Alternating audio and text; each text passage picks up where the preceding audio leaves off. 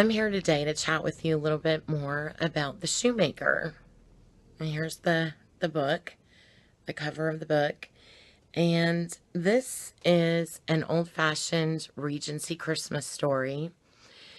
And I had written two other Regency stories when I began working on this book, but I really wanted to go deeper into my research about the food, the clothing, the music, the literature, the lifestyle, and especially the Christmas traditions of the day for the Regency era.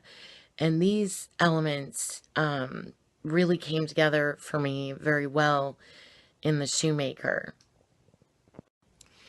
Christmas gifts were much simpler in those days.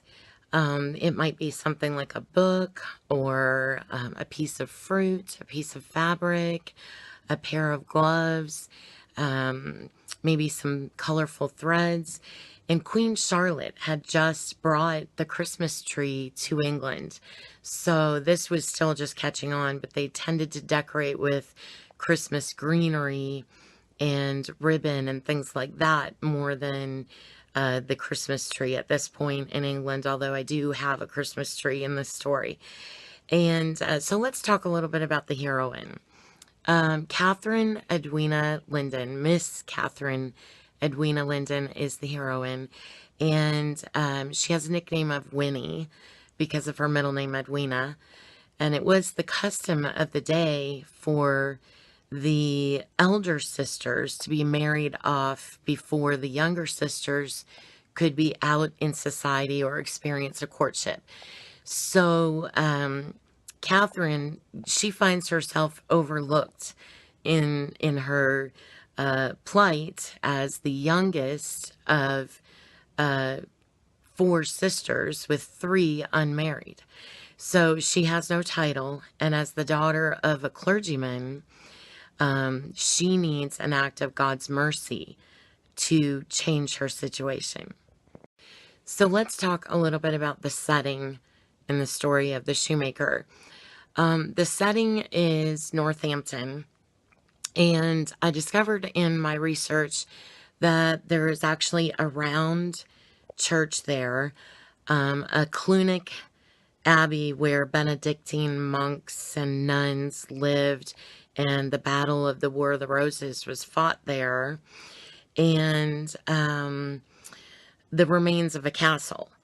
So I also discovered 1/3 of the males were shoemakers during the Regency era in this area, and many of the military boots were contracted to be made from Northampton.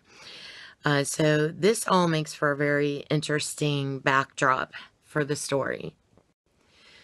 This was also my first foray into mystery writing.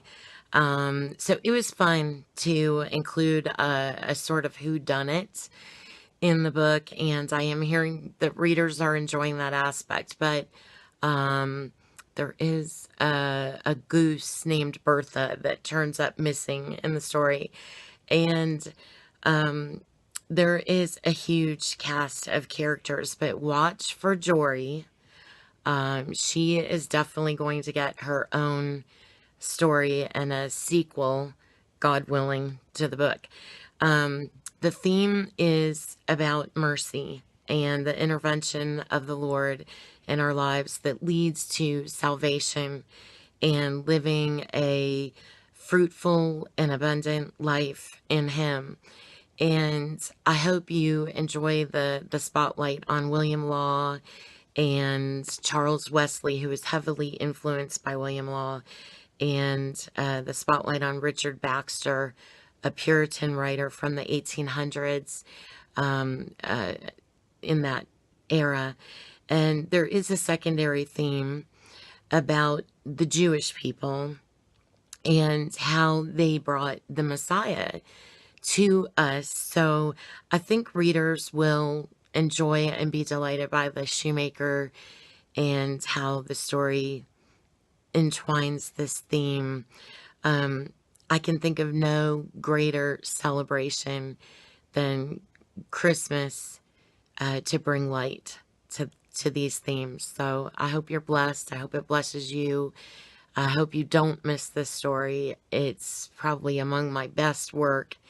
And thank you so much for joining me today and allowing me to share a little bit more with you about the Shoemaker. And have a great week ahead.